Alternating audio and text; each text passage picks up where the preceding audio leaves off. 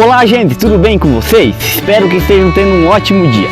Hoje nós estamos mais uma vez aqui direto do campo e eu queria conversar sobre uma dúvida que muitas pessoas têm me enviado mensagem, algumas pessoas têm colocado nos comentários, que é sobre uma lesão um pouquinho estranha que tem aparecido na cultura do milho. Aqui você pode ver aqui umas pintas brancas um pouquinho diferentes, tá? Mas antes de eu falar sobre esse sintoma, eu queria pedir ajuda para você se inscrever no canal, compartilhar esse vídeo, para que assim esse conteúdo possa ir para mais agricultores, para mais técnicos, talvez para pessoas interessadas que possam usar esse conteúdo no seu dia a dia. Por favor, se inscreva no canal e compartilhe esse vídeo, tá bom? Então, gente, hoje nós vamos falar um pouquinho sobre um sintoma um tanto diferente que aparece na cultura do milho, tá? Eu vou arrancar uma folha aqui para vocês e eu vou mostrar. Ó, vocês podem ver aqui, ó, né? Umas pintas esbranquiçadas, e a gente tem visto isso aqui já no sul do Brasil há 3 ou 4 anos, né? O milho nos estádios iniciais começa a aparecer essas pintas. Vejam que aqui o milho ele está um pouquinho acima da linha da minha cintura e essas manchinhas brancas começaram a aparecer. Quem está bastante acostumado com a cultura do milho normalmente identifica com bastante facilidade as doenças principais, né? A mancha branca, a cercosporiose, o túrcico, né? A diplódia, que são doenças muito importantes com grande expressão econômica, tá? Mas às vezes doenças secundárias, principalmente nos sintomas iniciais, como essa aqui, às vezes é um pouquinho difícil de reconhecer, né? A gente pode confundir isso aqui talvez com uma deriva de herbicida, a gente pode confundir isso aqui com um distúrbio fisiológico intrínseco àquele híbrido, né? Ou até uma doença.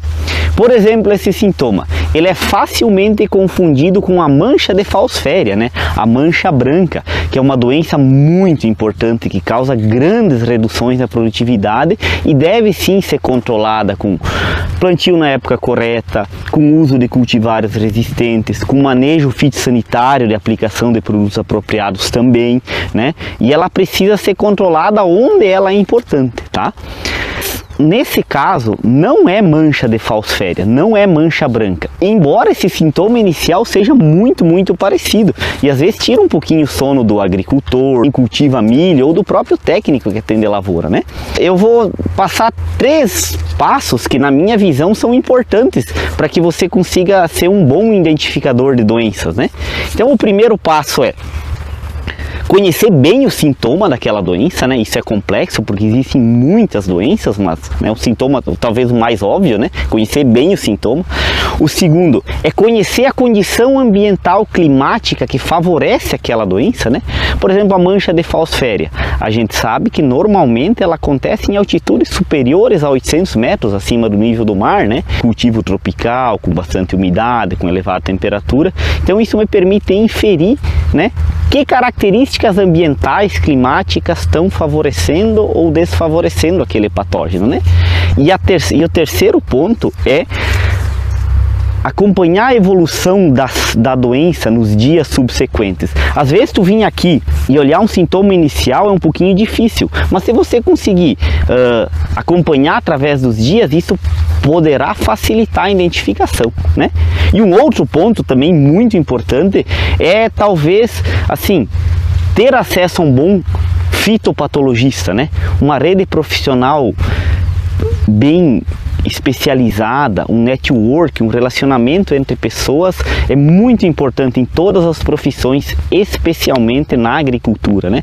Especialistas são muito importantes para que quando vem a dúvida a gente possa acessá-los ou consultá-los, tá bom? Então, gente, que doença é essa, tá? Eu quero, tranquilizá-los de certa forma. Isso é uma doença que surgiu na América do Norte, então o agricultor americano já está acostumado, e lá nos Estados Unidos ela tem grande importância econômica. O nome dessa doença é Holcus Spot, né? Um nome um pouquinho diferente, né? Holcus Spot, tá aqui no vídeo para vocês. Ela é uma pústula bacteriana, tá? É uma doença ocasionada por pseudomonas, né? A engenharia genética por métodos de PCR identificaram que são bactérias, né, chamadas pseudomonas que ocasionam essa pústula bacteriana, tá? Existem algumas diferenças, então, como que eu vou diferenciar a mancha branca do Holcus spot, né?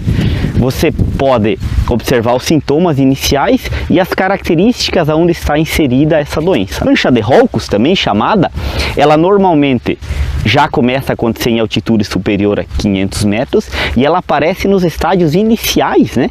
E normalmente lá perto do reprodutivo ela começa a desaparecer, tá? No Brasil, onde ela tem baixa importância econômica, né? Essa doença aqui, até então, não tem registrado assim perdas expressivas de produtividade na nossa região.